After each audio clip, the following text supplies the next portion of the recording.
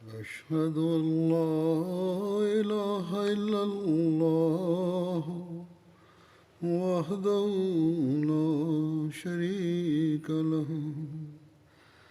وأشهد أن محمدا عبده ورسوله أما بعد فأعوذ بالله من الشيطان الرجيم بسم الله الرحمن الرحيم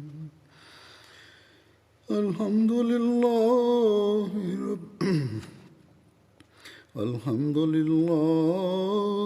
رب العالمين الرحمن الرحيم مالك يوم الدين إياك نعبد وإياك نستعين اهدنا الصراط المستقيم صراط الذين أنعمت عليهم غير المغضوب عليهم ولا الضالين. Hazrat Umar ரலியல்லாஹு அவர்களின் காலத்தின் நிகழ்வுகளை பற்றி கூறப்பட்டு வந்தது. இன்று யர்மூக் போர் பற்றி கூறுவேன்.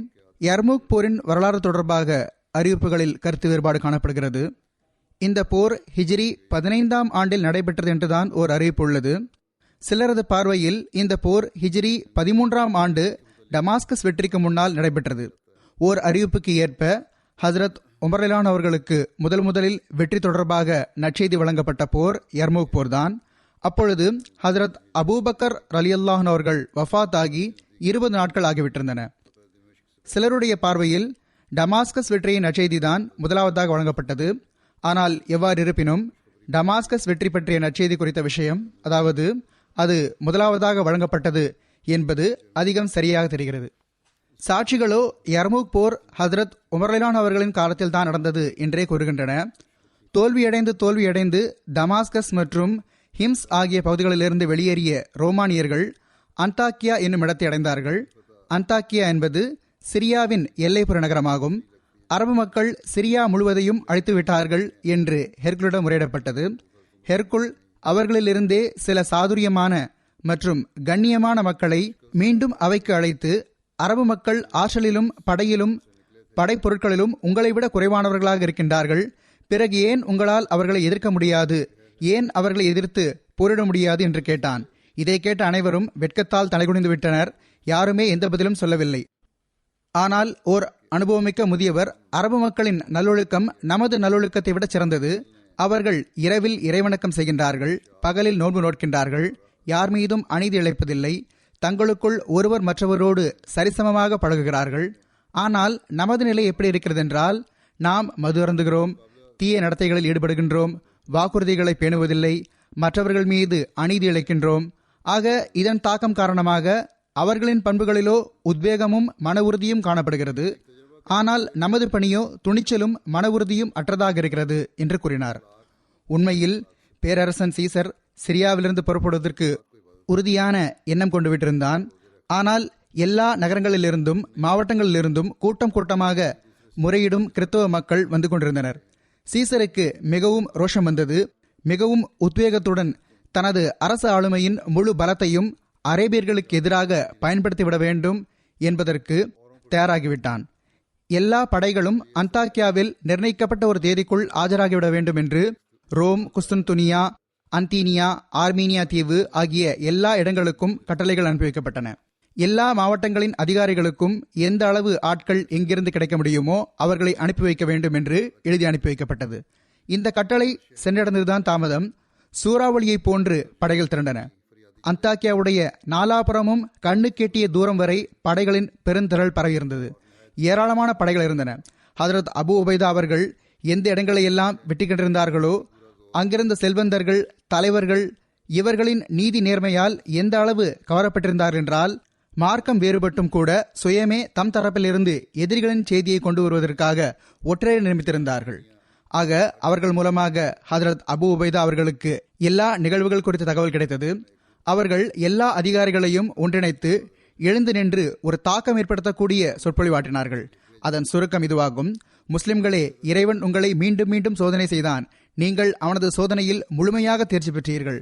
ஆக அதற்கு வெகுமதியாக இறைவன் எப்பொழுதும் உங்களை வெற்றி பெற்றவர்களாகவும் உதவி கிடைக்கப் பெற்றவர்களாகவும் ஆக்கி வைத்தான். உங்களுக்கு எப்பொழுதும் வெற்றி கிடைத்தது.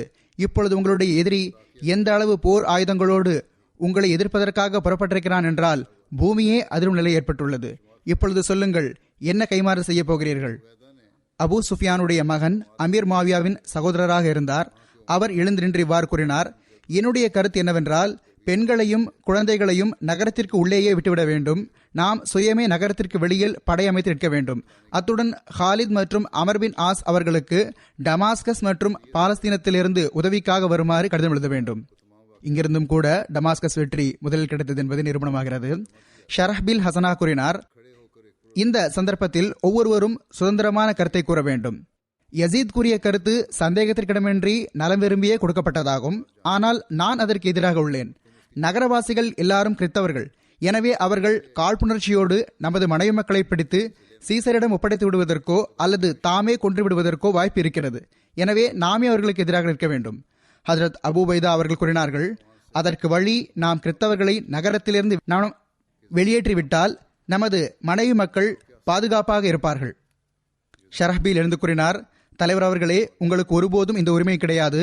நாம் அந்த கிறித்தவர்களுக்கு அவர்கள் நகரத்தில் நிம்மதியாக இருக்கலாம் என்ற நிபந்தனையின் பேரில் பாதுகாப்பு வழங்கியுள்ளோம். எனவே வாக்குறுதியை எப்படி மீற முடியும்? நாம் ஒரு வாக்குறுதி செய்துவிட்டிருக்கிறோம். அவர்களை நகரத்தை விட்டு வெளியேற்றி எவ்வாறு வாக்குறுதியை மீற முடியும்? ஹஜ்ரத் அபு உபைதா அவர்கள் தமது தவறை ஒப்புக்கொண்டார்கள்.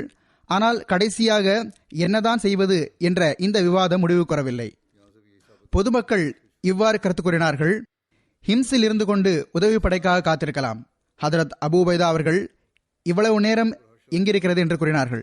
கடைசியில் இந்த கருத்து நிலை நின்றது. அதாவது, ஹிம்ஸை விட்டுவிட்டு டமாஸ்கஸ் செல்ல வேண்டும். அங்கு ஹாலித் இருக்கிறார்கள். அங்கிருந்து அரபுடைய எல்லை அருகில் இருக்கின்றது. இந்த எண்ணம் உறுதியான பிறகு ஹஜ்ரத் அபு உபைதா அவர்கள் கருவூலத்தின் அதிகாரியான ஹபீப் பின் முஸ்லிமா அவர்களை அழைத்து கூறினார்கள்: கிறித்தவர்களிடமிருந்து பெறப்படும் ஜிஸ்யா வரி, கப்பம் அல்லது எந்த வரி வசூலிக்கப்பட்டாலும் இப்போது நம்முடைய நிலைமை எந்த அளவு இக்கட்டானது என்றால் நம்மால் அவர்களின் பாதுகாப்பிற்கு பொறுப்பேற்க முடியாது. அதாவது, இந்த வரி பெறுவது அவர்களுடைய மேம்பாட்டிற்காக, அவர்களுடைய பாதுகாப்பிற்காக பணியாற்றப்படும் என்பதற்காக இருந்தது. ஆனால் அதை நம்மால் இப்போது செய்ய முடியாது. எனவே அவர்களிடம் வசூலிக்கப்பட்ட தொகையை எல்லாம் அவர்களுக்கு திருப்பி கொடுத்து விடுங்கள். மேலும் அவர்களிடம், எங்களுக்கு உங்களோடு அந்த தொடர்பு இப்போதும் இருக்கிறது. ஆனால் இப்பொழுது உங்களுடைய பாதுகாப்பிற்கான பொறுப்பை நாங்கள் ஏற்க முடியாது. எனவே பாதுகாப்பிற்கு பகரமாக வழங்கப்படும் ஜிஸ்யா வரி உங்களுக்கு திருப்பி கொடுக்கப்படுகிறது என்று கூறிவிடுங்கள். ஆக வசூலான பல லட்சம் தொகை திருப்பி கொடுக்கப்பட்டது. இந்த நிகழ்வு கிறித்தவர்கள் மீது எந்த அளவு தாக்கத்தை ஏற்படுத்தியதென்றால் அவர்கள் அழுது கொண்டே இருந்தார்கள். மேலும் உத்வேகத்துடன் இறைவன் உங்களை திருப்பிக் கொண்டு வருவானாக என்று கூறிக்கொண்டே இருந்தார்கள். இதைவிட அதிகமாக யூதர்கள் மீது தாக்கம் ஏற்பட்டது. அவர்கள் கூறினார்கள்: தௌராத்தின் மீது ஆணையாக நாங்கள் உயிரோடு இருக்கும் வரை சீசர் ஹிம்ஸை கைப்பற்ற முடியாது. இதை கூறிவிட்டு நகரத்தின் வாயிற்கதவுகளை அடைத்துவிட்டனர். மேலும் எல்லா இடத்திலும் காவலாளிகளை காவலுக்கு அமர்த்திவிட்டார்கள். அபு உபைதா அவர்கள் ஹிம்ஸ் வாசிகளுடன் மட்டும் இவ்வாறு நடந்து கொள்ளவில்லை. இன்னும் சொல்ல போனால், வெற்றி கொள்ளப்பட்ட எல்லா மாவட்டங்களுக்கும் வசூலான ஜிஸ்யா வரி முழுவதையும் திருப்பி கொடுத்து விடுமாறு கடிதம் அனுப்பினார்கள். ஆக அபு உபைதா அவர்கள் டமாஸ்கஸுக்கு புறப்பட்டார்கள். மேலும் இந்த அனைத்து நிகழ்வுகள் குறித்தும் ஹசரத் உமர் ரலியல்லாஹு அன்ஹு அவர்களுக்கு தகவல் கொடுத்தார்கள். முஸ்லிம்கள் ரோமானியர்களுக்கு அஞ்சி ஹிம்ஸுக்கு வந்துவிட்டார்கள் என்பதை கேள்விப்பட்டு ஹசரத் உமர் ரலியல்லாஹு அன்ஹு அவர்கள் மிக அதிகமாக கவலையடைந்தார்கள். ஆனால் அவர்களுக்கு முழு படையும் எல்லா படைத்தளபதிகளும் இதையே தீர்மானித்திருந்தார்கள் என்று தெரிய வந்த போது அப்பொழுது ஓரளவு ஆறுதல் ஏற்பட்டது. மேலும் இறைவன் ஏதோ நன்மைக்காகவே எல்லா முஸ்லிம்களையும் இந்த கருத்தில் ஒருமிக்க செய்திருப்பான் என்று கூறினார்கள். முதலில் ஹசரத் உமர் அலிலான் அவர்களிடமே கேட்கப்பட்டது: ஹசரத் உமர் அலிலான் அவர்களே, உங்களால் அவர்களுக்கு பாதுகாப்பு அளிக்க முடியாது என்றால் பிறகு ஜிஸ்யா வரி போன்று நீங்கள் பெற்ற அனைத்தையும் திருப்பி கொடுத்து விடுங்கள் என்று கூறினார்கள் என்ற ஆதாரங்களும் கிடைக்கின்றன.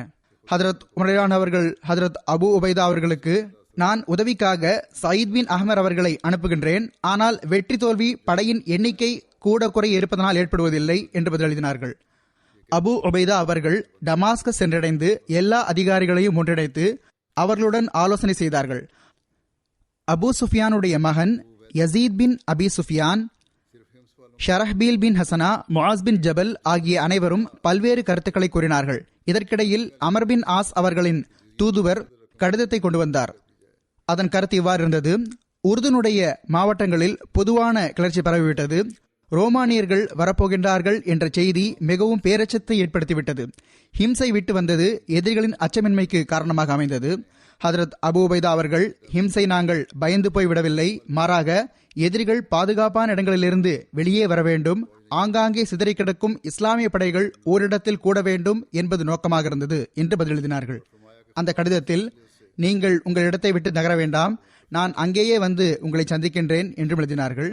அடுத்த நாள் அபு உபைதா அவர்கள் டமாஸ்கஸில் இருந்து புறப்பட்டு உருதுனுடைய எல்லைப்புறத்தில் யர்மூக் வந்து முகாமிட்டார்கள். யர்மூக் என்பது சிரியாவின் சுற்றுப்புறத்தில் இருந்த பள்ளத்தாக்கு பகுதியாகும். அங்கு உருது நதி ஓடியது. அமர் பின் ஆஸ் அவர்களும் இங்கேயே வந்து சந்தித்தார்கள். இந்த சந்தர்ப்பம் போரின் தேவைகளுக்கு இந்த வகையில் பொருத்தமானதாக இருந்தது. அதாவது அரபு நாட்டின் எல்லைப்புறம் மற்ற இடங்களை காட்டிலும் இங்கிருந்து அதிகம் அருகில் இருந்தது. அதன் பின்புறம் அரபு நாட்டின் எல்லைப்புறம் வரை திறந்த மைதானமாக இருந்தது. இதனால் தேவை ஏற்படும் போது விரும்பும் தூரம் வரை பின்னோக்கி செல்லலாம் என்ற சந்தர்ப்பம் இருந்தது. ஹசரத் உமர் ரலியல்லாஹு அவர்கள் சயீத் பின் ஆமிர் அவர்கள் அனுப்பிய அந்த படையுடன் அப்போது வந்திருக்கவில்லை. ஹசரத் உமர் ரலியல்லாஹு அவர்கள் சயீத் பின் ஆமிர் அவர்களுடன் அனுப்பிய அந்த படையும் அப்போது வந்திருக்கவில்லை. இங்கோ ரோமானியர்களின் வருகை மற்றும் அவர்களின் போர் தளவாடங்கள் குறித்து நிலையை கேட்டு முஸ்லிம்கள் பதற்றமடைந்து கொண்டிருந்தனர். அபு உபைதா அவர்கள் ஹதரத் உமர் ரலியல்லாஹு அவரிடம் இன்னொரு தூதர் மூலம் இவ்வாறு எழுதி அனுப்பினார்கள்: அதில் ரோமானியர்கள் எல்லா புறத்தில் இருந்தும் திரண்டு வருகிறார்கள். மேலும் உத்வேகத்தின் நிலை என்னவென்றால், படை எந்த இடத்தை கடந்து செல்கிறதோ அந்த இடத்தில் உள்ள ஒருபோதும் தனிமை வாழ்வை விட்டு வெளியே அடியெடுத்து வைத்திராத துறவிகளும் கூட வெளியே வந்து படையோடு இணைந்து கொண்டிருக்கின்றார்கள். இந்த கடிதம் சென்றடைந்ததும் ஹதரத் உமர் ரலியல்லாஹு அவர்கள் முஹாஜிர்களையும் அன்சாரையும் ஒன்று திரட்டி கடிதத்தை வாசித்து காட்டினார்கள். அனைத்து சஹாபா பெருமக்களும் தம்மையும் அறியாமல் அழ ஆரம்பித்து விட்டார்கள். அவர்கள் உணர்ச்சி மிகுதியோடு இவ்வாறு கூறினார்கள்: அமீருல் முமினீன் அவர்களே, இறைவனுக்காக எங்களுக்கு அனுமதி தாருங்கள். நாங்கள் எங்கள் சகோதரர்களுக்காக அர்ப்பணமாகின்றோம். இறைவன் நாடாதிருக்கட்டுமாக அவர்களுக்கு சிறிது இழப்பு ஏற்பட்டாலும் பிறகு நாம் வாழ்வது வீணாகும். முஹாஜிர்கள் மற்றும் அன்சாருடைய மனவெழுச்சி அதிகரித்துக் கொண்டே இருந்தது. எதுவரை என்றால், அப்துல் ரஹ்மான் பின் ஆஃப் அவர்கள், அமீருல் முமினீன் அவர்களே, தாங்களே படைத்தளபதியாக எங்களுடன் அழைத்துக் கொண்டு செல்லுங்கள் என்று கூறினார்கள். மற்ற சஹாபா இந்த கருத்தோடு வேறுபாடு கொண்டார்கள். இன்னும் உதவிப்படைகள் அனுப்பி வைக்கப்பட வேண்டும் என்று ஆலோசிக்கப்பட்டது. ஹசரத் உமர் ரலியல்லாஹு அவர்கள் தூதுவரிடம் எதிரிகள் எங்கு வரை வந்திருக்கிறார்கள் என்று விசாரித்தார்கள். அவர் கூறினார், யர்மூக்கில் இருந்து 3-4 பயண தொலைவுதான் எஞ்சியிருக்கிறது. ஹதரத் உமர் ரலியல்லாஹு அவர்கள் மிகவும் கவலையடைந்து கூறினார்கள்: அந்தோ இப்பொழுது என்ன செய்ய முடியும்? இவ்வளவு குறுகிய நேரத்தில் எவ்வாறு உதவி சென்று சேர முடியும்? ஹதரத் அபு உபைதா அவர்களுக்கு மிகவும் தாக்கம் ஏற்படுத்தக்கூடிய சொற்களில் ஒரு கடிதம் எழுதி தூதுவரிடம் சுயமே ஒவ்வொரு படை வரிசையிலும் சென்று இந்த கடிதத்தை வாசித்து காட்ட வேண்டும் என்றும், உமர் உங்களுக்கு சலாம் கூறுகிறார் என்றும் வாய்மொழியில் கூற வேண்டும் என்று கூறினார்கள். மேலும் அந்த கடிதத்தில் இவ்வாறு கூறினார்கள்: இஸ்லாமியர்களே, அஞ்சாமல் சண்டையிடுங்கள். உங்கள் எதிரிகளின் மீது சிங்கங்களை போன்று பாய்ந்து தாக்குங்கள். வாள்களால் அவர்களின் தலைகளை வெட்டி வீழ்த்துங்கள். அவர்கள் உங்களது பார்வையில் எறும்புகளை விட இழிவானவர்களாக இருக்கட்டும். அவர்களின் பெரும்பான்மை உங்களை அச்சமடைய செய்துவிட வேண்டாம். மேலும் உங்களில் இதுவரை உங்களை வந்தடையாத மக்கள் காரணமாக நீங்கள் கவலைப்பட வேண்டாம். வினோதமான ஒரு நல்ல தற்செயலான சம்பவம் நிகழ்ந்தது. எந்த நாளில் தூதுவர் அபு உபைதா அவர்களிடம் வந்தாரோ அதே நாள் சயீத் பின் ஆமிர் அவர்களும் 1000 பேருடன் அந்த இடத்தை அடைந்தார்கள். முஸ்லிம்களுக்கு மிகவும் பலம் கிடைத்தது. அவர்கள் மிகவும் உறுதிப்பாட்டுடன் போருக்கான ஆயத்தங்களை மேற்கொள்ள ஆரம்பித்தார்கள். உயர்தரமான சஹாபியான முஆஸ் பின் ஜபல் அவர்களை படையின் வலப்புற பிரிவில் நியமித்தார்கள். கப்பாஸ் பின் அசீம் அவர்களை படையின் இடப்புற பிரிவுக்கும், காசிம் பின் அத்பா அவர்களை சிப்பாய் படைக்கு தலைவராகவும் நியமித்தார்கள். தமது தோழமை படையை 4 பங்குகளாக பிரித்தார்கள். ஒன்றை தம்முடன் வைத்துக் கொண்டார்கள். மற்ற படைகளுக்கு கயஸ் பின் ஹுபைரா, மைசரா பின் மஸ்ரூக், அமர் பின் துஃபைல் ஆகியோரை நியமித்தார்கள். இந்த 3 வீரர்களும் முழு அரபு நாட்டிலிருந்தும் தேர்ந்தெடுக்கப்பட்டவர்களாக இருந்தார்கள். அதாவது மாவீரர்கள் எனப்பட்டார்கள். இதன் காரணமாகவே அரபு நாட்டு குதிரை வீரர்கள் என அழைக்கப்பட்டனர். ரோமானியர்களும் மிகுதியான போர் தளவாடங்களுடன் புறப்பட்டார்கள். 2 லட்சத்திற்கும் அதிகமான மக்கள் கூட்டம் இருந்தது. 24 படை வரிசைகள் இருந்தன. அவர்களுக்கு முன்னால் அவர்களின் மத தலைவர்கள் கைகளில் சிலுவைகளை ஏந்திக் கொண்டு எழுச்சியூட்டிக் கொண்டிருந்தார்கள். படைகள் எதிரெதிரே வந்துவிட்டன. கிறித்தவர்களின் ஒரு மத தலைவர் படை வரிசையை கிழித்தவாறு, நான் தனியாகவே சண்டையிட விரும்புகின்றேன் என்று கூறினார். மைசரா பின் மஸ்ரூக் அவர்கள் குதிரையை செலுத்தினார்கள். ஆனால் எதிரி நல்ல வலிமையானவராகவும் இளைஞராகவும் இருந்தார். ஹாலித் அவர்கள் தடுத்தார்கள். கயஸ் பின் ஹொய்ராவை பார்த்தபோது அவர்கள் கவிதை பாடியவாறு முன்னேறி சென்றார்கள். கயஸ் அவர்கள் எந்த அளவு வேகத்தோடு பாய்ந்து சென்றார்கள் என்றால், அந்த மத தலைவரால் தனது ஆயுதங்களை கூட ஏந்த முடியவில்லை. அதற்குள் இவர்கள் வாள் வீசிவிட்டார்கள். வாள் தலையில் பட்டது. அது தலைக்கவசத்தை குடைந்தவாறு கழுத்து வரை இறங்கிவிட்டது. அந்த மனிதர் தடுமாறி குதிரையில் இருந்து விழுந்து விட்டார். அத்துடன் முஸ்லிம்கள் தக்பீர் முழக்கமிட்டார்கள். ஹாலித் அவர்கள், நல்ல அறிகுறி, இப்பொழுது இறைவன் நாடினால் அடுத்து நமக்கே வெற்றி கிடைக்கும் என்று கூறினார்கள். கிறித்தவர்கள் ஹாலித் அவர்களுடன் இருந்த தலைவர்களுக்கு எதிராக தனித்தனியாக படைகளை நியமித்தார்கள். ஆனால் எல்லாரும் தோல்வியடைந்தனர். அன்று போர் ஒத்திவைக்கும் அளவு நிலைமை சென்றுவிட்டது. தோல்வி ஏற்பட்டதும் நாம் தோல்வியடைகிறோம் என்பதை ரோமானியர்கள் பார்த்தபோது, இரவில் ரோமானியர்களின் படை தளபதி பாஹான் தலைவர்களை எல்லாம் ஒன்றிணைத்து, அரபு மக்கள் சிரியாவின் செல்வத்தின் சுவை கண்டுவிட்டார்கள், எனவே பொன் பொருளுக்கான பேராசையை காட்டி போர் புரிவதற்கு பதிலாக அவர்களை இங்கிருந்து அகற்றிவிட வேண்டும் என்று கூறினான். எல்லாரும் இந்த ஆலோசனைக்கு ஒருமித்தார்கள். அடுத்த நாள் உபைதா அவர்களிடம், யாராவது கண்ணியத்திற்குரிய தலைவரை எங்களிடம் அனுப்புங்கள், நாங்கள் அவருடன் சமரசம் தொடர்பாக உரையாட விரும்புகின்றோம் என்று கூறி தூதரை அனுப்பினார்கள்.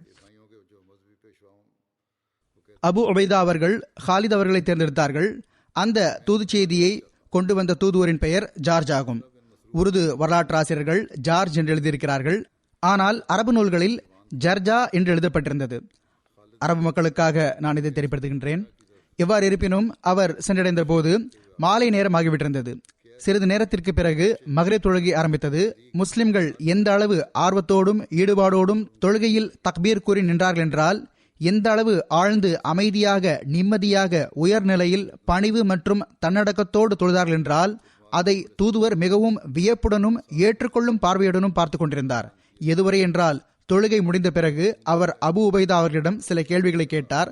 அதில் ஒரு கேள்வி, நீங்கள் ஈசா அலி இஸ்லாம் தொடர்பாக என்ன கொள்கை வைத்திருக்கிறீர்கள் என்பதாகும். அபு உபைதா அவர்கள் திருக்குர்ஆனின் இந்த வசனங்களை ஓதினார்கள். இன்ன மசல ஈசா இந்தல்லாஹி கமசலி ஆதம் ஹலகஹு மின் துராபின் சும்ம கால லஹு குன் ஃபயகூன். யா அஹ்லல் கிதாபி லா தகுலு ஃபீ தீனிக்கும் வலா தகூலு அலல்லாஹி இல்லல் ஹக். இன்னமல் மசீஹு ஈஸா இப்னு மரியம ரசூலுல்லாஹி வ கலிமத்துஹு அல்காஹா இலா மரியம வ ரூஹும் மின்ஹு ஃபஆமினு பில்லாஹி வ ரசூலிஹி வலா தகூலு ஸலாஸா இன்தஹு கைரல் லக்கும் இன்னமல்லாஹு இலாஹும் வாஹித் சுப்ஹானஹு அன் யகூன லஹு வலத் லஹு மா ஃபிஸ் ஸமாவாதி வ மா ஃபில் அர்ள் வகஃபா பில்லாஹி வகீலா. லன் யஸ்தன்கிஃபல் மஸீஹு அன் யகூன அப்தல் லில்லாஹ் வலல் மலாயிகத்துல் முகர்ரபூன் வமன் யஸ்தன்கிஃப் அன் இபாதத்திஹி வ யஸ்தக்பிர் ஃபஸயஹ்ஷுருஹும் இலைஹி ஜமீஆ. நிச்சயமாக அல்லாஹ்விடம் ஈசாவின் நிலை ஆதமின் நிலையை போன்றதாகும். ஆதமாகிய அவரை அவன் காய்ந்த மண்ணிலிருந்து படைத்தான். பின்னர் அவரை குறித்து நீர் உருவாகுக என்று அவன் கூறியதும் அவர் உருவாகத் தொடங்கினார். வேதத்தையுடையவர்களே, நீங்கள் உங்கள் மார்க்க விஷயத்தில் வரம்பு மீறாதீர்கள். அல்லாஹை பற்றி உண்மையை தவிர வேறெதனையும் கூறாதீர்கள். நிச்சயமாக மரியமின் மகன் ஈசா மசி அல்லாஹின் ஒரு தூதரும் அவன் மரியமுக்கு அருளிய அவனது நற்செய்தியும் ஆகும். மேலும் அவனிடமிருந்துள்ள ஓர் அருளுமாகும். எனவே நீங்கள் அல்லாஹ்விடத்தும் அவனுடைய எல்லா தூதர்களிடத்தும் நம்பிக்கை கொள்ளுங்கள். கடவுள் 3 என கூறாதீர்கள். அவ்வாறு கூறுவதிலிருந்து விலகிக் கொள்ளுங்கள். இது உங்களுக்கு நல்லது. நிச்சயமாக வணக்கத்திற்குரிய ஒருவன் அல்லாஹ் மட்டுமே. அவனுக்கு மகன் உண்டு என்பது அவனது தூய்மைக்கு அப்பாற்பட்டது. வானங்களில் உள்ளவை பூமியில் உள்ளவை எல்லாம் அவனுக்கே உரியனவாகும். பாதுகாப்பாளனாக விளங்க அல்லாஹே போதுமானவன். நிச்சயமாக மசீஹும் அல்லாஹுக்கு நெருக்கமான வானவர்களும் அல்லாஹ்வின் ஓர் அடியாராக எண்ணப்படுவதை ஒருபோதும் அற்பமாக கருத மாட்டார்கள். அவனை வணங்குவதை அற்பமாக கருதி பெருமை பாராட்டுபவர்கள் எல்லாரையும் அவன் தன்னிடத்தில் ஒன்று சேர்ப்பான். எவ்வாறு இருப்பினும் மொழிபெயர்ப்பவர் இந்த வசனங்களை மொழிபெயர்த்த போது தூதுவர் ஜார்ஜ் தன்னையும் அறியாமல், இதுவே ஈசாவின் பண்புகளாகும் என்று நான் சாட்சி பகர்கின்றேன். மேலும் உங்களுடைய இறை தூதர் உண்மையானவர் என்று நான் சாட்சி பகர்கிறேன் என்று கூறினார். இதை கூறிவிட்டு அவர் ஏகத்துவ கலிமாவை கூறி முஸ்லீமாகிவிட்டார். அவர் தனது சமுதாயத்திடம் திரும்பிச் செல்ல விரும்பவில்லை. ஆனால் ஹதரத் அபு உபைதா அவர்கள் ரோமானியர்கள் நாம் வாக்குறுதி மீறியதாக நினைத்துவிடக்கூடாது என்று நினைத்து இவரிடம், நாளை எங்களுடைய தூதுவர் செல்வார், அவரோடு திரும்பி வாருங்கள், இப்போது திரும்பி சென்று விடுங்கள் என்று நிர்பந்தித்து கூறினார்கள். அடுத்த நாள் ஹஜ்ரத் ஹாலித் அவர்கள் ரோமானியர்களின் படை முகாமிற்கு சென்றார்கள். ரோமானியர்கள் தமது கம்பீரத்தை காட்டுவதற்காக வழியில் தொலைதூரம் வரை தலை முதல் கால் வரை இரும்பு ஆடை அணிந்த குதிரை சவாரிகளின் அணிவகுப்பை நிறுத்தி முன்னரே ஏற்பாடு செய்து வைத்திருந்தார்கள். ஆனால் ஹசரத் ஹாலித் அவர்கள் சற்றும் பொருட்படுத்தாமல் அவர்களையெல்லாம் இழிவாக பார்த்தவாறு, சிங்கம் ஆட்டு மந்தையை கிழித்தவாறு செல்வது போல் அவர்கள் மீது பார்வையை செலுத்திக் கொண்டு சென்றார்கள். பாஹானுடைய கூடாரங்களுக்கு அருகில் சென்றபோது அவன் மிகவும் கண்ணியத்தோடு அவர்களை வரவேற்று தனக்கு சமமாக அமர்த்தி கொண்டான். மொழிபெயர்ப்பாளர் மூலம் உரையாடல் தொடங்கியது. பாஹான் ஓரளவு பேசிய பிறகு சொற்பொழிவாற்றும் விதத்தில் பேச ஆரம்பித்தான். ஹஜரத் ஈசா அலை இஸ்லாம் அவர்களை புகழ்ந்த பிறகு சீசரின் பெயரை எடுத்து மிகவும் கர்வத்துடன் எங்களுடைய பேரரசர் எல்லா பேரரசர்களுக்கும் பேரரசர் ஆவார் என்று கூறினான். மொழிபெயர்ப்பாளர் தற்போது அந்த சொற்களை முழுமையாக மொழிபெயர்த்திருக்கவில்லை. இதற்குள் ஹாலித் அவர்கள் பாஹானை தடுத்து நிறுத்தி, உங்களுடைய அரசர் இப்படித்தான் இருப்பார், ஆனால் நாங்கள் யாரை தலைவராக்கினோமோ அவருக்கு ஒரு கணமேனும் அரசர் என்ற சிந்தனை வந்தால் நாங்கள் உடனடியாக அவரை பதவி விலக்கி விடுவோம் என்று கூறினார்கள். பிறகு பாஹான் மீண்டும் உரையாற்ற ஆரம்பித்தான். தனது செல்வ செழிப்பு பற்றிய பெருமிதத்தை எடுத்துரைத்து கூறினான். உங்களுடைய சமுதாயத்தைச் சேர்ந்த மக்கள் அரேபியர்கள் எங்கள் நாட்டில் வந்து குடியேறினார்கள். நாங்கள் எப்போதும் அவர்களோடு நட்புறவோடு நடந்திருக்கிறோம். நாங்கள் அளித்த அந்த பாதுகாப்பிற்கு முழு அரபு நாடும் நன்றியுடையதாக இருக்கும் என்று நாங்கள் நினைத்திருந்தோம். ஆனால் எதிர்பார்ப்புக்கு மாற்றமாக நீங்கள் எங்கள் நாட்டின் மீது படையெடுத்துள்ளீர்கள். மேலும் எங்களை எங்கள் நாட்டை விட்டு வெளியேற்ற விரும்புகின்றீர்கள். பல சமுதாயங்கள் பலமுறை இதுபோன்ற எண்ணம் கொண்டார்கள். ஆனால் ஒருபோதும் வெற்றியடையவில்லை என்பது உங்களுக்கு தெரியாது. இப்பொழுது முழு உலகிலும் உங்களை விட அதிகம் அறிவீன சமுதாயம் எதுவுமே இல்லை. உங்களைப் போன்ற காட்டுமிராண்டிகள், போதுமான போர் தளவாடங்கள் இல்லாத மக்கள் யாருமே இல்லை. நீங்கள் எங்கள் மீது படையெடுப்பதற்கு உங்களுக்கு துணிச்சல் ஏற்பட்டுவிட்டது. ஆனால் நாங்கள் இதையும் மன்னித்து விடுகின்றோம். இன்னும் சொல்வதென்றால், நீங்கள் இங்கே இருந்து சென்றுவிட்டால் பரிசாக படைத்தளபதிக்கு 10,000 தீனாரும், அதிகாரிகளுக்கு 1000 தீனாரும், சாதாரண போர் வீரர்களுக்கு 100 தீனாரும் கொடுக்கப்படும் என்று கூறினான். ஆனால் ஒரு பெரும் படையையே முஸ்லிம்களை அழிப்பதற்காக அவர்கள்தான் முஸ்லிம்களுக்கு எதிராக ஒன்று திரட்டியிருந்தார்கள். ஆனால் போரை வெல்வது எளிமை இல்லை என்று பார்த்தபோது பிறகு இந்த நிபந்தனைகளை விதித்தார்கள். எவ்வாறு இருப்பினும் பாஹான் தனது உரையை முடித்த பிறகு ஹஜரத் ஹாலித் அவர்கள் எழுந்து அல்லாஹை புகழ்ந்து அவனுடைய தூய்மை எடுத்துரைத்த பிறகு கூறினார்கள், சந்தேகத்திற்கிடமின்றி நீங்கள் செல்வந்தர்கள்தான், அரசாட்சி கொண்டிருக்கின்றீர்கள். நீங்கள் உங்கள் அண்டை அயலார்களுடன் எவ்வாறு நடந்து கொண்டீர்களோ அதுவும் எங்களுக்கு தெரியும். ஆனால் இது உங்களுடைய பேருதவியாக இருக்கவில்லை, மாறாக மார்க்கத்தை பரப்புவதற்கான ஒரு திட்டமாக இருந்தது. நீங்கள் உங்களுடைய மார்க்கத்தை பரப்ப விரும்பினீர்கள். அதனால் ஏற்பட்ட தாக்கம், அந்த அரேபியர்கள் கிறிஸ்தவர்களாகிவிட்டார்கள். இன்று சுயமே உங்களோடு இணைந்து கொண்டு எங்களுக்கு எதிராக சண்டையிடுகிறார்கள். நாங்கள் மிகவும் தேவையுடையவர்களாகவும் ஏழைகளாகவும் நாடோடிகளாகவும் இருந்தோம் என்பது உண்மைதான். எங்களுடைய அநீதி அறிவீனத்தினரை எப்படி இருந்ததென்றால், எங்களில் பலசாலி பலகீனமானவரை நசுக்கி வந்தார். கோத்திரங்கள் பரஸ்பரம் சண்டையிட்டு அழிந்து போயின. ஆனால் இறைவன் எங்கள் மீது கருணை புரிந்தான். ஒரு தூதரை அனுப்பினான். அவர்கள் எங்களுடைய சமுதாயத்தைச் சேர்ந்தவராக இருந்தார்கள். எங்கள் எல்லாரையும் விட ஒழுக்கமானவராகவும் அதிக தாராள குணம் படைத்தவராகவும் மிகவும் தூய பண்புடையவராகவும் இருந்தார்கள். அவர்கள் எங்களுக்கு ஏகத்துவத்தை கற்றுக் கொடுத்தார்கள். இறைவனுக்கு யாரும் இணையில்லை, அவனுக்கு மனைவி மக்கள் இல்லை, அவன் தனித்தவனும் ஈடிணையற்றவனும் ஆவான் என்று கூறினார்கள். அவர்கள் எங்களுக்கு நாங்கள் இந்த கொள்கைகளை முழு உலகிற்கு முன்னால் எடுத்து வைக்க வேண்டும் என்று கட்டளையிட்டிருக்கிறார்கள். யார் அவர்களை ஏற்றுக்கொள்கிறாரோ அவர் முஸ்லிம் ஆவார், எங்களின் சகோதரர் ஆவார். எவர் ஏற்கவில்லையோ ஆனால் ஜிஸ்யா வரி செலுத்த சம்மதிக்கிறாரோ அவருக்கு நாங்கள் பாதுகாவலராகவும் உதவியாளராகவும் இருப்போம். எவர் இரண்டையும் மறுக்கின்றாரோ அவருக்கு எதிராக வாழ் வீசப்படும். அதாவது ஏற்கவில்லை, பிறகு போர் புரிவதற்கு தயாராக இருக்கின்றார்கள் என்றால் பிறகு நாங்களும் தயாராக இருக்கின்றோம். பாஹான் ஜிஸ்யா என்ற சொல்லை கேட்டு பெருமூச்சு விட்டான். தனது படையை சுட்டிக்காட்டியவாறு, இவர்கள் மரணித்தாலும் ஜிஸ்யா வரி செலுத்த மாட்டார்கள், நாங்கள் வரி வாங்குவோம், கொடுப்பதில்லை என்று கூறினான். ஆக எந்த விஷயமும் முடிவாகவில்லை. ஹாலித் அவர்கள் எழுந்து வந்து விட்டார்கள். இப்பொழுது இந்த கடைசி போருக்கான ஆயத்தங்கள் மேற்கொள்ளப்பட்டன. அதற்கு பிறகு ஒருபோதும் ரோமானியர்களால் சுதாரித்துக் கொள்ளவே முடியவில்லை. ஹசரத் ஹாலித் அவர்கள் திரும்பி வந்த பிறகு பாஹான் தலைவர்களை ஒன்று திரட்டி அவர்களிடம், நீங்கள் அரபு மக்களின் பிரஜைகளாக ஆகாதவரை அவர்களுடைய தாக்குதலிலிருந்து நீங்கள் பாதுகாப்பாக இருக்க முடியாது என்பது அரேபியர்களின் வாதமாகும். உங்களுக்கு அவர்களுக்கு அடிமையாக இருப்பதற்கு சம்மதமா என்று கேட்டான். எல்லா அதிகாரிகளும் நாங்கள் மரணித்தாலும் மரணிப்போமேயொழிய இந்த இழிவை எங்களால் ஏற்றுக்கொள்ள முடியாது என்று மிகவும் உணர்ச்சி பொங்க கூறினார்கள். விடிந்த பிறகு ரோமானியர்கள் இதே உத்வேகத்துடனும் போர் தளவாடங்களுடனும் புறப்பட்டார்கள். அதை பார்த்து முஸ்லிம்களுக்கும் வியப்பு ஏற்பட்டது. ஹாலித் அவர்கள் இதை பார்த்துவிட்டு அரபு நாட்டின் பொதுவான வழக்கத்திற்கு மாற்றமாக படை அணிவகுத்தார்கள். ஹதரத் ஹாலித் அவர்கள் ரோமானியர்கள் மிகுதியான உத்வேகத்துடனும் போர் தளவாடங்களுடனும் புறப்படுவதைக் கண்டு அரபு நாட்டில் போர் புரிவதற்கு பொதுவாக வழக்கத்தில் இருந்த அந்த நடைமுறைக்கு மாற்றமாக அதற்கு நேரெதிரில் ஒரு புதிய வழிமுறையில் முன்னாள் படைகளை நிறுத்தினார்கள். 30-35,000 பேரை கொண்டிருந்த அந்த போர் படையை 36 பிரிவுகளாக பிரித்தார்கள். முன்பின் மிகவும் அழகான முறையில் இவ்வாறு வரிசை அமைத்தார்கள். படையின் மையப்பகுதியை அபு உபைதா அவர்களிடம் ஒப்படைத்தார்கள். படையின் வலப்புற பகுதியில் அமர் பின் ஆஸ் அவர்களையும் ஷரஹ்பீல் அவர்களையும் நியமித்தார்கள். படையின் இடப்புற பிரிவு யசீத் பின் அபி சுஃபியானிடம் ஒப்படைக்கப்பட்டது. இவர்கள் போக வீரத்திலும் போர் திறமைகளிலும் பெயர் போன மக்களை எல்லா வரிசையிலும் தனித்தனி தலைவராக நியமித்தார்கள்.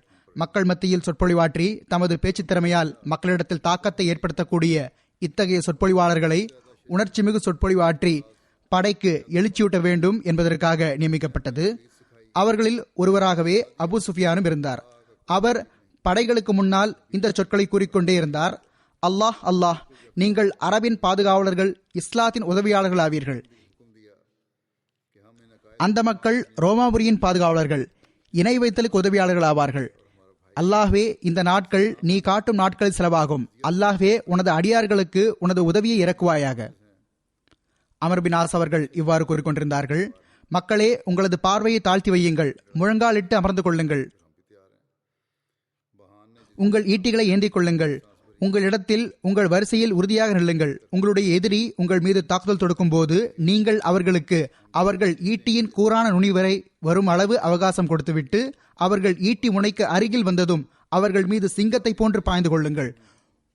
உண்மை மீது மகிழ்ச்சி அடையக்கூடிய, அதற்கு நற்கூலி வழங்கக்கூடிய, பொய் மீது கோபமடையக்கூடிய, அதற்கான தண்டனை அளிக்கக்கூடிய மற்றும் பேருதவிக்கு வெகுமதி அளிக்கக்கூடிய அந்த இறைவன் மீது ஆணையாக, நிச்சயமாக எனக்கு முஸ்லிம்கள் ஊர்களுக்கு பிறகு ஊர்களை, மாளிகைகளுக்கு பிறகு மாளிகைகளை வெற்றி கண்டவாறு இந்த நாட்டை வெற்றி கொள்வார்கள் என்ற செய்தி கிடைத்துள்ளது. எனவே அவர்களின் மக்கள் கூட்டமும் அவர்களின் எண்ணிக்கையும் உங்களை அச்சுறுத்திவிட வேண்டாம். நீங்கள் உறுதித்தன்மையோடு போரிட்டால் இவர்கள் ஹஜ்ஜால், அதாவது காடையின் குஞ்சுகளைப் போன்று அச்சமடைந்து சிதறி போய்விடுவார்கள். முஸ்லிம் படைகள் எண்ணிக்கையில் குறைவாக இருந்தாலும், அதாவது 30-35,000 பேரை விட அதிகம் இருக்கவில்லை. ஆனாலும் முழு அரபிலிருந்தும் தேர்ந்தெடுக்கப்பட்டவர்களாக இருந்தார்கள். இவர்களில் குறிப்பாக ஹசரத் நபிகள் நாயகம் ஸல்லல்லாஹு அலைஹி வஸல்லம் அவர்களின் அருளுக்குரிய முகத்தை பார்த்த சான்றோர்கள் 1000 பேர் இருந்தார்கள். ஹசரத் நபிகள் நாயகம் ஸல்லல்லாஹு அலைஹி வஸல்லம் அவர்களுடன் பத்ர் யுத்தத்தில் உடனிருந்த சான்றோர்கள் 100 பேர் இருந்தார்கள். அரேபியாவின் புகழ்பெற்ற கோத்திரங்களிலிருந்து அஸ்த் கோத்திரத்தைச் சேர்ந்தவர்கள் மட்டுமே 10,000 பேருக்கு அதிகமானவர்கள் இருந்தனர். ஹமீரை சேர்ந்த ஒரு மிகப்பெரிய குழுவும் இருந்தது. ஹம்தான், ஹவுலான், லஹம் ஜுஸாம் முதலிய கோத்திரங்களைச் சேர்ந்த புகழ்பெற்ற வீரர்கள் இருந்தார்கள். இந்த போருக்குள்ள இன்னொரு தனிச்சிறப்பாவது, பெண்களும் இதில் கலந்து கொண்டிருந்தார்கள். மிகவும் வீரத்தோடு போரிட்டார்கள். அமீர் மாவியாவின் தாய் அபு சுஃபியானின் மனைவி ஹிந்த், அதாவது பிற்காலத்தில் இஸ்லாத்தை ஏற்றுக்கொண்ட ஹசரத் ஹிந்த், தாக்குதல் தொடுத்தவாறே முன்னோக்கி சென்ற போது இவ்வாறு கூறிக்கொண்டே இருந்தார். நீங்கள் விருத்த சேதனம் செய்யாதவர்களை, அதாவது காஃபிர்களை உங்களது வாள்களால் வெட்டி வீழ்த்தி விடுங்கள். இவ்வாறே அபு சுஃபியானின் மகளும் அமீர் மாவியாவின் சகோதரியுமான ஜுவைரியா ஒரு குழுவுடன் புறப்பட்டு தமது கணவருடன் இணைந்து ரோமானிய படையுடன் போரிட்டார். மேலும் ஒரு கடுமையான சண்டையில் ஷஹீதாகிவிட்டார். மிக அழகான குரல் கொண்ட மிக்தாத் அவர்கள் படைக்கு முன்னால் ஜிஹாது பற்றி எழுச்சியூட்டக்கூடிய சூரா அன்பாலின் வசனங்களை ஓதிக்கொண்டே சென்றார்கள். மறுபுறம் ரோமானியர்களுடைய உத்வேகத்தின் நிலை எப்படி இருந்ததென்றால், 30,000 பேர் விலகி போகும் சிந்தனையே வரக்கூடாது என்பதற்காக கால்களில் சங்கிலிகளை கட்டிக்கொண்டார்கள். தமது கால்களையும் ஒருவர் மற்றவரோடு இணைத்து கட்டிக்கொண்டார்கள். ரோமானியர்கள் தரப்பிலிருந்து போர் ஆரம்பிக்கப்பட்டது. 2,00,000 பேரை கொண்ட பெரும் படைத்திரள் ஒன்றாக முன்னேறியது. ஆயிரக்கணக்கான பாதிரியார்கள் கையில் சிலுவை ஏந்தி கொண்டு முன்னோக்கி சென்றார்கள். ஈசா வாழ்க என்று கூறிக்கொண்டே சென்றார்கள். இந்த போர் தளவாடங்களை பார்த்து ஒரு நபருடைய நாவிலிருந்து அவரை அறியாமல் அல்லாஹ் அக்பர் எந்த அளவு எல்லையற்ற படையாக இருக்கிறது என்ற சொற்கள் வந்துவிட்டன. ஹதரத் ஹாலித் அவர்கள் உணர்ச்சி பெருக்கில் அமைதியாக இரு, இறைவன் மீது ஆணையாக எனது குதிரையின் பாதங்கள் உறுதியாக இருந்தால் கிறிஸ்தவர்கள் இதே அளவு படையை இன்னும் அதிகரித்துக் கொள்ளட்டும் என்று கூறியிருப்பேன் என கூறினார்கள். ஆக கிறிஸ்தவர்கள் மிகவும் ஆரவாரத்துடன் தாக்கினார்கள். ஈட்டி மலைகளை பொழிய வைத்தவாறு முன்னோக்கி வந்தார்கள். முஸ்லிம்கள் நீண்ட நேரம் உறுதியாக நின்றார்கள். ஆனால் தாக்குதல் எவ்வளவு வலிமையாக இருந்தது என்றால் முஸ்லிம்களின் வலப்புற பிரிவு துண்டித்து படையை விட்டு தனியாக சென்று விட்டது. மேலும் மிகவும் வரிசை மாறி பின்னால் சென்றது. தோற்று ஓடியவர்கள் விலகி விலகி பெண்களின் கூடாரங்கள் வரை வந்துவிட்டார்கள். பெண்களுக்கு முஸ்லிம்களின் இந்த நிலையை பார்த்து கடும் கோபம் வந்துவிட்டது. அவர்கள் கூடாரத்தின் கம்புகளை பிடுங்கி, தோல்வியடைந்தவர்களே, இங்கு வந்தால் கம்புகளால் உங்கள் தலைகளை உடைத்து விடுவோம் என்று கூறினார்கள். அபு சுஃபியானின் மனைவி ஹிந்த் கையில் தடி எடுத்துக்கொண்டு முன்னோக்கி சென்றார். மற்ற பெண்களும் அவருக்கு பின்னாலேயே முன்னேறி சென்றார்கள். ஹிந்த் அபு சுஃபியானை ஓடக்கண்டு அவருடைய குதிரையின் முகத்தில் ஆணியால் அடித்தவாறு, எங்கு செல்கின்றீர், திரும்ப வாருங்கள், போர்க்களத்துக்கு செல்லுங்கள் என்று கூறினார். இவ்வாறே மற்றொரு அறிவிப்புக்கு ஏற்ப ஹிந்த் கம்பை எடுத்துக்கொண்டு அபு சுஃபியான் பக்கம் விரைந்தார். மேலும் இவ்வாறு கூறினார், இறைவன் மீது ஆணையாக நீங்கள் உண்மையான மார்க்கத்தை எதிர்ப்பதிலும் இறைவனின் உண்மையான தூதரை பொய்ப்பிப்பதிலும் மிகவும் கடுமையாக இருந்தீர்கள். இன்று போர்க்களத்தில் உண்மையான மார்க்கத்தை தலைநிமிர வைப்பதற்கு, இறை தூதர் ஸல்லல்லாஹு அலைஹி வஸல்லம் அவர்களின் தன்னிறைவை பெறுவதற்கு, உமது இன்னுயிரை அர்ப்பணிப்பதற்கும் இறைவனுக்கு முன்னால் வெற்றி வாகையை சூடியவராக ஆவதற்கும் ஒரு வாய்ப்பு இருக்கிறது. அபு சுஃபியானுக்கு கடுமையாக ரோஷம் வந்தது. அவர் திரும்பி கையில் வாளை ஏந்தி கொண்டு எதிரியின் மிக பெரும் படைக்குள் நுழைந்து விட்டார். மற்றும் ஒரு வீர முஸ்லிம் பெண்மணி ஹவுலா என்பவர் இந்த கவிதை வரிகளை கூறி மக்களுக்கு தன்மானம் ஊட்டி வந்தார். யா ஹாரிபன் அன் நிஸ்பத்தின் தகியாத்தின் ஃபஅன் கலீலின் மா தரா சபியாத்தின் வலா ஹசியாத்தின் வலா ரதியாத்தின். இரையச்சமுடைய பெண்களை கண்டு அஞ்சி ஓடுபவர்களே, விரைவாக நீங்கள் அவர்களை கைதிகளாக பார்ப்பீர்கள். அவர்கள் உயர்ந்த அந்தஸ்தையுடையவர்களாக இருக்க மாட்டார்கள். அவர்கள் பிடித்தமானவர்களாகவும் இருக்க மாட்டார்கள். இந்த நிலையை பார்த்து படையின் வலப்புற பிரிவின் ஒரு பகுதியின் தளபதியாக இருந்த முஆஸ் பின் ஜபல் அவர்கள் குதிரையிலிருந்து குதித்து, நான் நடந்தே சண்டையிடுவேன், ஆனால் யாராவது ஒருவர் இந்த குதிரையின் உரிமையை நிறைவேற்ற முடியும் என்றால் இதோ குதிரை இருக்கிறது என்று கூறினார்கள். அவர்களின் மகன், ஆம், நான் இந்த உரிமையை நிறைவேற்றுவேன், ஏனென்றால் குதிரை மீது ஏறி என்னால் நன்றாக சண்டையிட முடியும் என்று கூறினார். ஆக தந்தை மகன் இருவரும் படைக்குள் நுழைந்து விட்டனர். மேலும் துணிச்சலுடன் போர் செய்தனர். முஸ்லிம்களின் தடுமாறிய கால்கள் சுதாரித்துக் கொண்டன. அத்துடன் ஜபீதா கோத்திரத்தின் தலைவர் ஹஜ்ஜாஜ் 500 பேரை அழைத்துக் கொண்டு முன்னேறினார்கள். அவர்கள் முஸ்லிம்களை பின்தொடர்ந்து கொண்டிருந்த கிறிஸ்தவர்களை தடுத்து நிறுத்திவிட்டார்கள். அஸ்து கோத்திரம் தாக்குதலின் ஆரம்பத்திலிருந்தே போரின் வலப்புற பிரிவில் உறுதியாக நின்றது. கிறிஸ்தவர்கள் முழு போராற்றலையும் அவர்கள் மீது செலுத்தினார்கள். ஆனால் அவர்கள் மலையை போன்று உறுதியாக நின்றார்கள். போர் எந்த அளவு பயங்கரமாக இருந்ததென்றால் படையின் எல்லா புறமும் தலை, கை, தோள்கள் ஆகியவை வெட்டுப்பட்டு விழுந்தன. ஆனால் அவர்களின் உறுதியான பாதங்கள் சறுக்கவில்லை. கோத்திரத்தின் தலைவராக இருந்த அமர் பின் துஃபைல் அவர்கள் வாழ் வீசிக்கொண்டே, அஸ் கோத்திரத்தினரே, பாருங்கள், உங்கள் காரணமாக முஸ்லிம்கள் மீது இழுக்கு ஏற்படக்கூடாது என்று முழங்கிக் கொண்டே சென்றார்கள். அவர்களது கைகளால் 9 பெரிய பெரிய வீரர்கள் கொல்லப்பட்டனர். கடைசியில் அவர்களும் ஷஹீதாகிவிட்டார்கள். ஹசரத் ஹாலித் அவர்கள் படையை பின்னால் நிறுத்தி வைத்திருந்தார்கள். அவர்கள் திடீரென்று படையை கிழித்துக் கொண்டு முன்னால் சென்றார்கள். எவ்வளவு வேகமாக தாக்கினார்கள் என்றால் ரோமானியர்களின் வரிசைகளை புரட்டி போட்டு விட்டார்கள். அபு ஜஹலின் மகனான இக்ரமா அவர்கள் குதிரையை முன்னால் செலுத்தி கூறினார்கள், கிறிஸ்தவர்களே, நான் ஒரு காலத்தில் நிராகரிப்பு நிலையில் சுயமே ஹஜரத் நபிகள் நாயகம் ஸல்லல்லாஹு அலைஹி வஸல்லம் அவர்களோடு போரிட்டிருக்கிறேன். இன்று உங்களுக்கு எதிரில் எனது பாதங்கள் பின்வாங்க முடியுமா? இதை கூறிவிட்டு படையை பார்த்து, யார் மரணிப்பதற்கு என்னிடம் பைய செய்ய தயாராக இருக்கிறீர்கள் என்று கேட்டார்கள். ஜரார் பின் அஸ்த் உட்பட 40 பேர் மரணிப்பதற்கு ஆயத்தமாக இருப்பதாக பைய செய்தார்கள். மேலும் எந்த அளவு உறுதித்தன்மையோடு சண்டையிட்டார்கள் என்றால் கிட்டத்தட்ட எல்லாருமே வெட்டுப்பட்டு விழுந்துவிட்டனர். இக்ரமா அவர்களின் உடல் கொல்லப்பட்டவரின் கோயிலில் கிடைத்தது. ஓரளவு மூச்சிருந்தது. ஹாலித் அவர்கள் இக்ரமா அவர்களின் தலையை தமது மடி மீது வைத்துக் கொண்டு அவர்களின் கழுத்தில் தண்ணீரை தெளித்துவிட்டு இறைவன் மீது ஆணையாக நாம் ஷஹீதாகி மரணிக்க மாட்டோம் என்ற உமரான் அவர்களின் சிந்தனை தவறாக இருந்தது என்று கூறினார்கள். ஆக இக்ரமாவும் அவர்களுடன் இருந்தவர்களும் தாமே மரணித்து விட்டார்கள். ஆனால் ரோமானியர்களின் ஆயிரக்கணக்கான மக்களை அழித்து விட்டார்கள். ஹாலித் அவர்களின் தாக்குதல்கள் இன்னும் அதிகம் அவர்களின் ஆற்றலை நொறுக்கிவிட்டது. எதுவரை என்றால் கடைசியில் அவர்கள் பின்வாங்க வேண்டியிருந்தது. ஹாலித் அவர்கள் அந்த மக்களை தோற்கடித்தவாறு படைத்தளபதி தரஞ்சார் வரை சென்று விட்டார்கள். தரஞ்சாரும் ரோமானிய அதிகாரிகளும் இந்த கண்கள் வெற்றிச் சூழலை காண முடியவில்லை என்றால் தோல்வியையும் காணக்கூடாது என்று கண்களில் கைக்குட்டையை கட்டிக்கொண்டார்கள். இந்த பக்கம் போரின் வலப்புற பிரிவில் கொலைக்களம் சூடுபிடித்திருந்த அதே நேரத்தில் ரோமானியர்களின் வலப்புற பிரிவின் தலைவனாக இருந்த இப்னு கனாதீர் முஸ்லிம்களின் இடப்புற படையின் மீது தாக்குதல் தொடுத்துவிட்டான். துர்பாக்கியமான முறையில் அந்த பகுதியில் லஹம் மக்சான் கோத்திரத்தின் மக்கள் இருந்தார்கள். அவர்கள் சிரியாவின் சுற்று வட்டாரத்தில் வசிக்கக்கூடியவர்கள். அவர்கள் நீண்ட காலமாக ரோமாபுரிக்கு வரி செலுத்துபவர்களாக இருந்தார்கள். ரோமானியர்கள் மீதான அச்சம் அவர்கள் உள்ளத்தில் இருந்தது. அதன் தாக்கத்தினால் தாக்குதலின் ஆரம்பத்திலேயே அவர்கள் தடுமாறிவிட்டார்கள். அவர்கள் முஸ்லிம்களான பிறகும் கூட அந்த பழைய அச்சம் தொடர்ந்து கொண்டிருந்தது. அதனால் அச்சமடைந்து தடுமாறியே போனார்கள். ஆனால் இவ்வாறு இருப்பினும் அதிகாரிகள் துணிச்சலை வெளிப்படுத்தினார்கள்.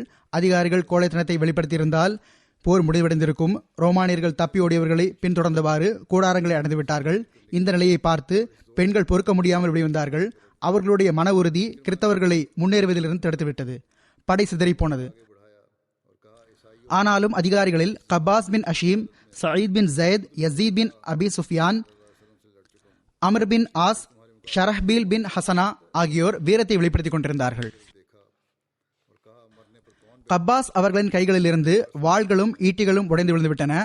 ஆனால் அவர்கள் புருவத்தை சுளிக்கவில்லை. ஈட்டி உடைந்து விழும்போது அவர்கள் மக்களே போர்க்களத்தில் இருந்து விலகினால் மரணித்தே விலகுவேன் என்று இறைவனிடம் உடன்படிக்கை செய்தவருக்கு ஆயுதம் கொடுப்பவர் யாரேனும் உண்டோ என்று கேட்பார்கள். உடனடியாக மக்கள் வாள் அல்லது ஈட்டியை கொண்டு வந்து அவரின் கையில் கொடுத்து விடுவார்கள்.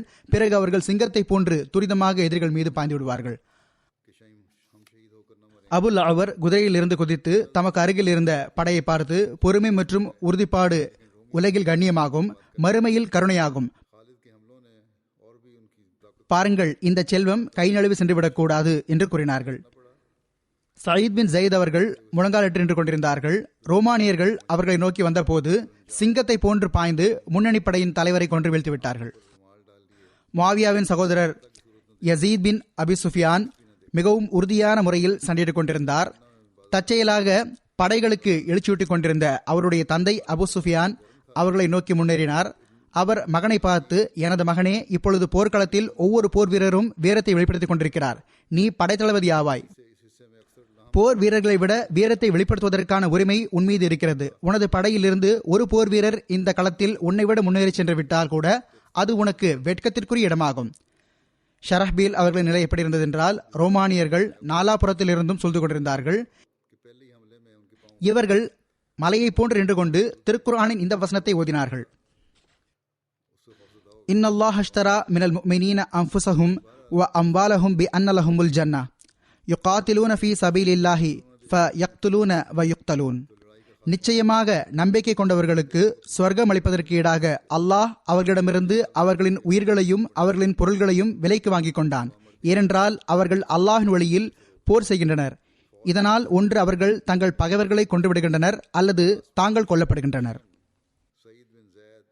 மேலும் அவர்கள், இறைவனோடு வாணிபம் செய்பவர்களே, இறைவன் நெருக்கத்தை பெற்ற மக்களே, எங்கிருக்கின்றீர்கள் என்று கேட்டவாறு முழக்கமிட்டார்கள்.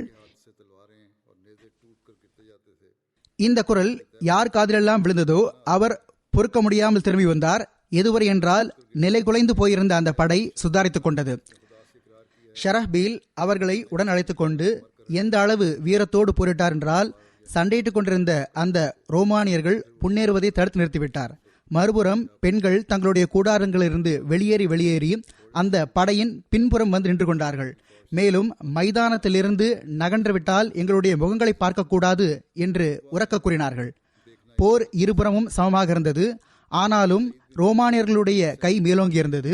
அவர்கள் திடீரென்று கைஸ் பின் ஹுவைரா, யாரை ஹாலித் அவர்கள் படையின் ஒரு பகுதியை வழங்கி வலப்புற பகுதியின் பின்புறத்திற்கு தலைவராக நியமித்திருந்தார்களோ அவர்களை பின்னால் இருந்து இவர்கள் நகற்றிவிட்டார்கள். மேலும் அவர்கள் மீது பாய்ந்து தாக்குதல் தொடுத்து விட்டார்கள்.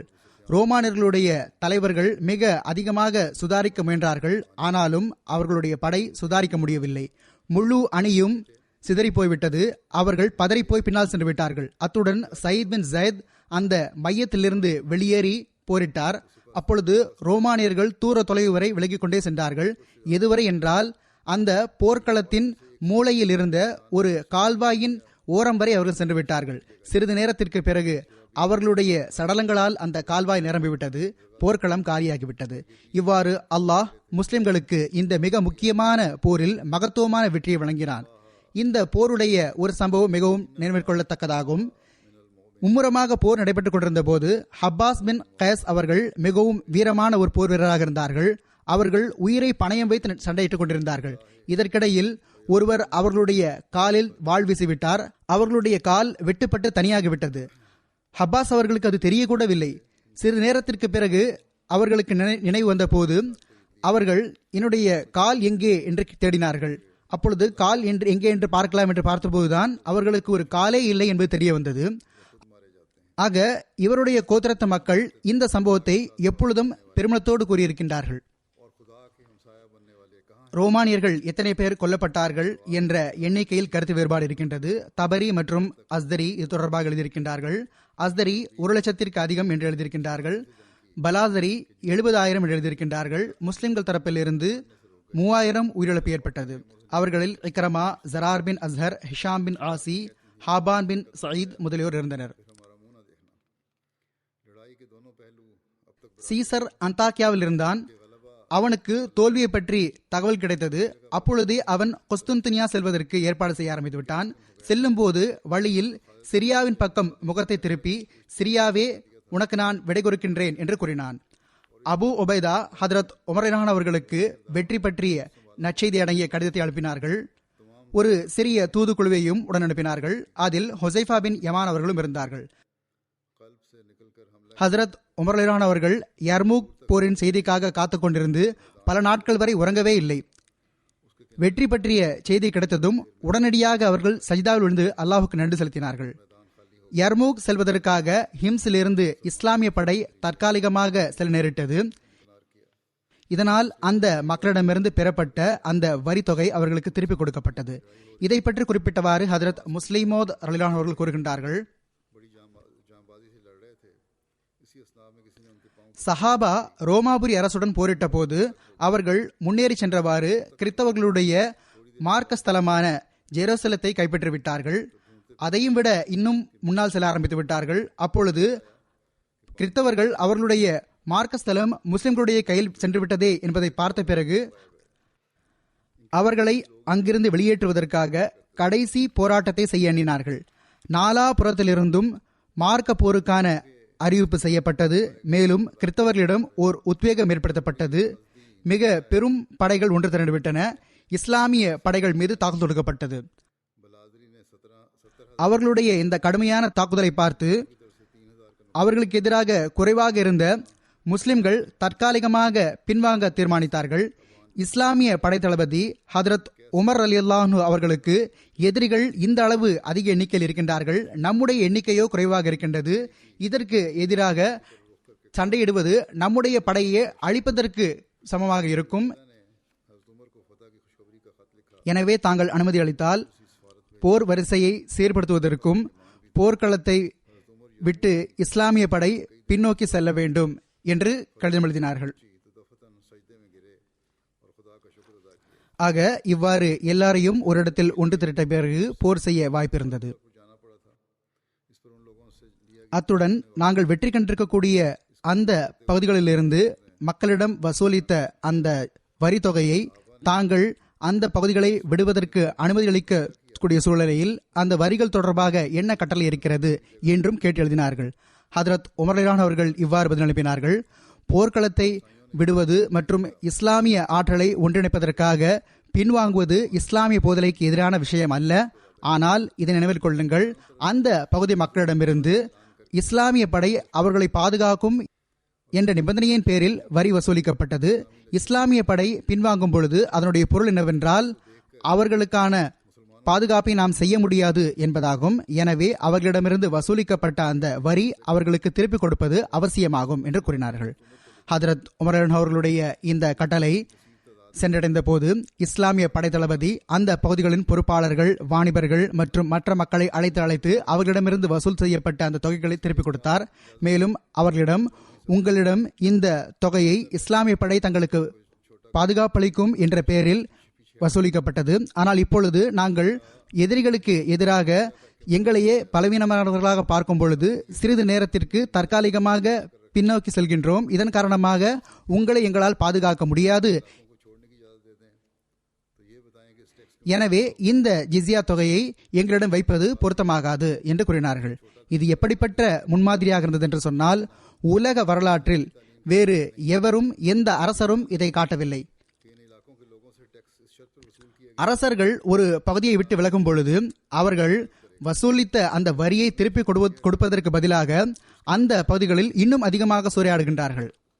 அவர்கள் இப்பொழுது இந்த பகுதிகளோ மற்றவர்களுடைய கையில் செல்ல போகின்றன, எனவே நாம் எவ்வளவு பலன் பெற முடியுமோ பலன் பெறலாம் என்று நினைக்கின்றார்கள். ஆக அவர்கள் இப்பொழுது நாம் இங்கே இருக்கப் போவதில்லை, எனவே அவப்பேரை பற்றியும் கவலை இல்லை என்று நினைக்கின்றார்கள். ஆனால் யாராவது உயர் வகையான ஒழுங்கமைக்கப்பட்ட அரசர்களாக இருந்தால் அவர்கள் அதிகபட்சம் இதைத்தான் செய்கின்றார்கள். அதாவது மௌனமாக படைகளை பின்வாங்கிக் கொள்கின்றார்கள், அதிகம் சூறையாடுவதில்லை. ஆனால் இஸ்லாமிய படை எப்படிப்பட்ட முன்மாதிரியை காட்டியது என்று சொன்னால், உலகம் உருவாகிய காலத்திலிருந்து ஹதரத் உமர்லானவருடைய காலத்தில் மட்டும்தான் இது போன்று காண கிடைக்கின்றது.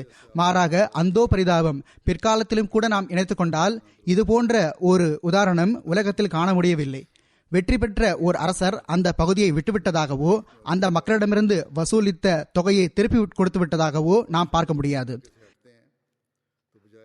இந்த விஷயத்திற்கு கிறிஸ்தவர்கள் மீது எந்த அளவு தாக்கம் ஏற்பட்டது என்றால், அவர்களுடைய மதத்தைச் சேர்ந்த படைகள் தான் முன்னால் வந்து தாக்குதல் தொடுத்து வருகின்றன.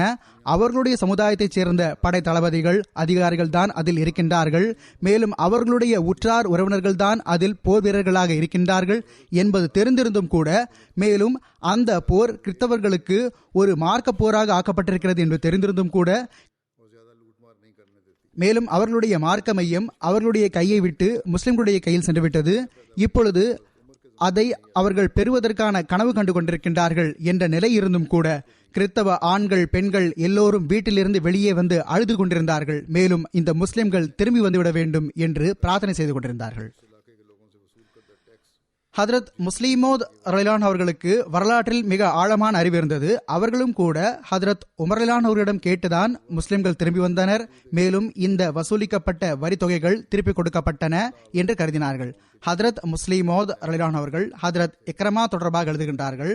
ஹதரத் உமர்லான் அவர்களுடைய காலத்தில் யர்மூக் போரில் ஹதரத் நபிகள் நாயகம் ஸல்லல்லாஹு அலைஹி வஸல்லம் அவர்களுடைய சஹாபா பெருமக்களின் உயிர்கள் ஆபத்தில் இருந்த போது, முஸ்லிம்கள் பெருமளவில் கொல்லப்பட்டுக் கொண்டிருந்த போது, இஸ்லாமிய தலைமை தளபதி ஹதரத் அபு உபைதா பின் அல் ஜர்ராஹ் அவர்கள் இவ்வாறு கூறினார்கள்: எத்தகைய சில வீரமான மக்கள் எனக்கு முன்வர வேண்டும் என்று நான் விரும்புகிறேன் என்று சொன்னால், அவர்கள் எண்ணிக்கையில் குறைவானவர்களாக இருந்தாலும் சரி, உயிரை பணயம் வைத்து ரோமானியர்கள் மீது அச்சத்தை ஏற்படுத்தக்கூடியவர்களாக இருக்க வேண்டும்.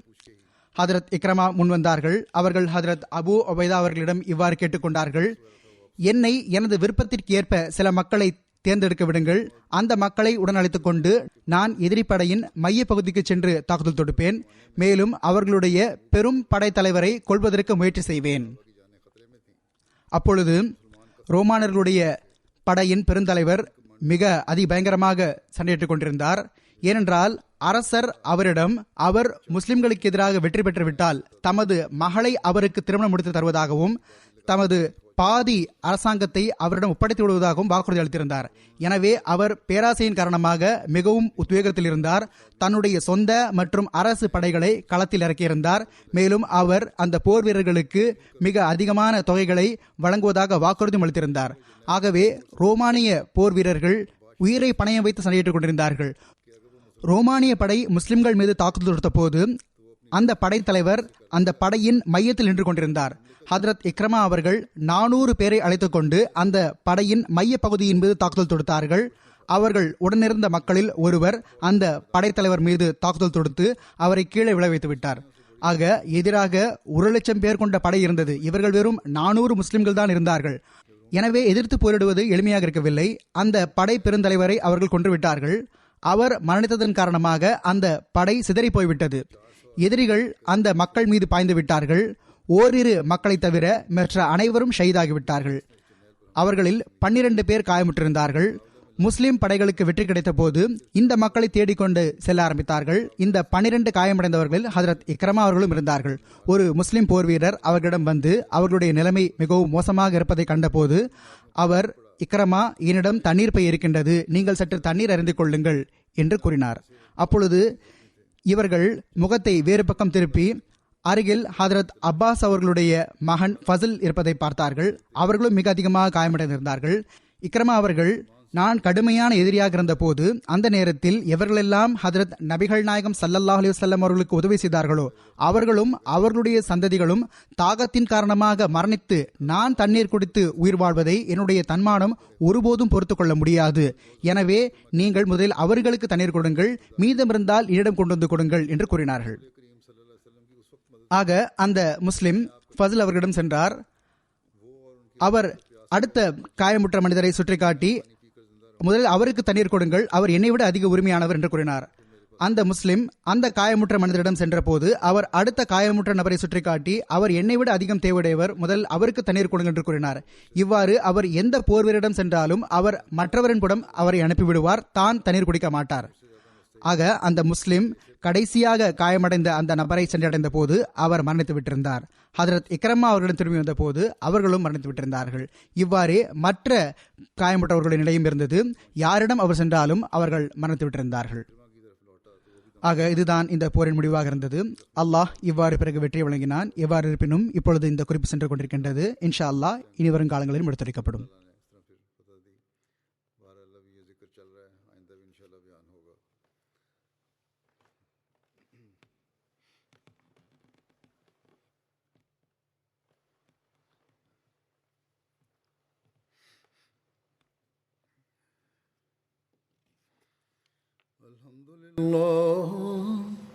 الحمد لله نحمده ونستعينه ونستغفره ونؤمن به ونتوكل عليه ونعوذ بالله من شرور أنفسنا ومن سيئات أعمالنا من يهده الله فلا مضل له ومن يضلل فلا هادي له ونشهد أن لا إله إلا الله ونشهد أن محمدا عبده ورسوله عباد الله رحمكم الله إن الله يأمر بالعدل والإحسان وإيتاء ذي القربى وينهى عن الفحشاء والمنكر والبغي يعظكم لعلكم تذكرون اذكروا الله يذكركم وادعوه يستجب لكم ولذكر الله أكبر.